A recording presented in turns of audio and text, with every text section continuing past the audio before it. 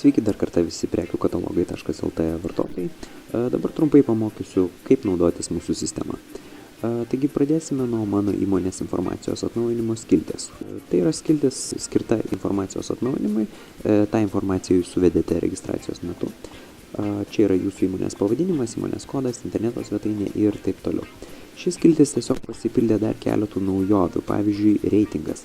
Daugiau apie reitingą ir įmonių reitingavimą bei prekių atvaizdavimą pagal reitingą galite skaityti mūsų skiltyje, kaip tai veikia. Spustelėje štai čia. Daugiau ką galite atnaujinti šitoje skiltyje, tai yra jūsų slaptažodis bei įmonės logotipas.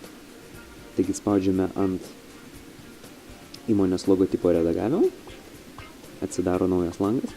Štai jums rašo, kad galite įkelti tik tai vieną logotipą GIF, JP ir PNG formatu. Štai pasirenkame failą ir įdedame.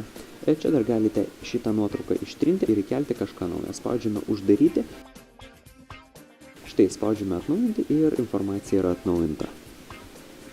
Toliau galime įdėti naują prekę. Spaudžiame įdėti naują prekę. Štai yra kategorijų sąrašas, tačiau jeigu jūsų įmonės veiklos kategorijos nėra mūsų kategorijos sąraše, tiesiog spauskite pasiūlyti kategoriją. Spaudžiame pasiūlyti kategoriją ir štai įveskite savo siūlomą kategoriją. Mes tai apsvarstysime ir jums atsiųsime atsakymą, ar visgi šita kategorija bus įtraukta į mūsų kategorijų sąrašą. Taigi išsirenkam kategoriją, tarkime, lavinamieji žaislai ir įkeliame naują prekę. Štai čia jūs matote prekės pavadinimą. Šitas laukelis skirtas prekės pavadinimui, kuris geriausia būtų, kad būtų tiesiog prekės pavadinimas, tai yra, tarkim, modelio numeris ar modelis pats nurodytas ir taip toliau.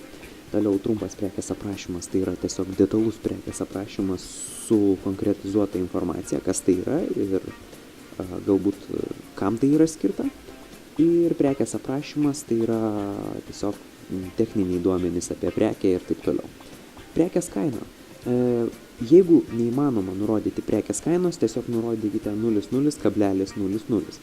Tačiau mes primiktinai reikalaujame, tiksliau prašome jūsų, jeigu yra galimybė įvesti prekės kainą, tai būtų labai smagu, jeigu jūs ją įvestumėte. Tačiau dėl bendros tvarkos.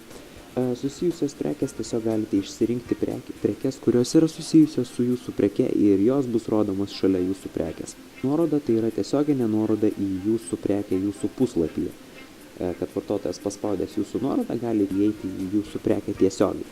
Štai spaudžiame įtraukti ir dabar matome prekių nuotraukų redagavimo langą, kur galima įkelti kelias nuotraukas. Štai įkeliame kelias nuotraukas. Spustelėjus ant tų nuotraukų galima sukeisti jas vietomis. Štai nueiname į mano prekės. Matome prekių sąrašą. Čia galima išjungti prekę, tarkim, kad jos nematytų lankytojai, bet jos, kad nebūtų ištrinta jinai. Toliau galime redaguoti prekę ir trinti prekę. Prekės redagavimas tai yra ta pati įkelimo forma, tiesiog su galimybę atnaujinti informaciją. Štai galime pakeisti ir kategoriją. Paspaudus atnaujinti, galime atnaujinti prekės nuotraukas. Štai spustelėme antros nuotraukos, padarome šitą raudoną blyną, pirmąją pagrindinę prekės nuotrauką. Ir galime be abejo dar trinti nuotrauką. Jeigu turite daug prekių, galite vykdyti prekių paiešką. Tiesiog įvedate prekės pavadinimą, jums dar ir pasiūlo, koks yra panašios prekės jūsų prekių sąraše. Tiesiog spaudžiate ieškoti ir susirandate savo norimą prekę.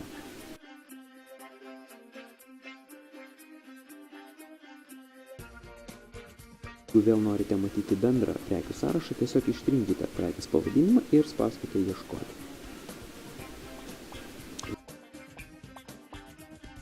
Ir be abejo dar yra skiltis mano statistika, kur yra pateikiama tiesiog jūsų prekių lankomumo statistika.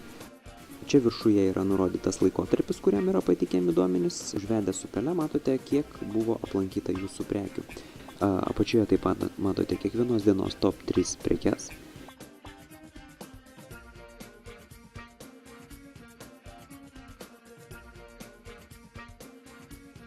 Bei apačioje matote viso laikotarpio prekių top 10. Taigi, dėkui už dėmesį ir viso gero.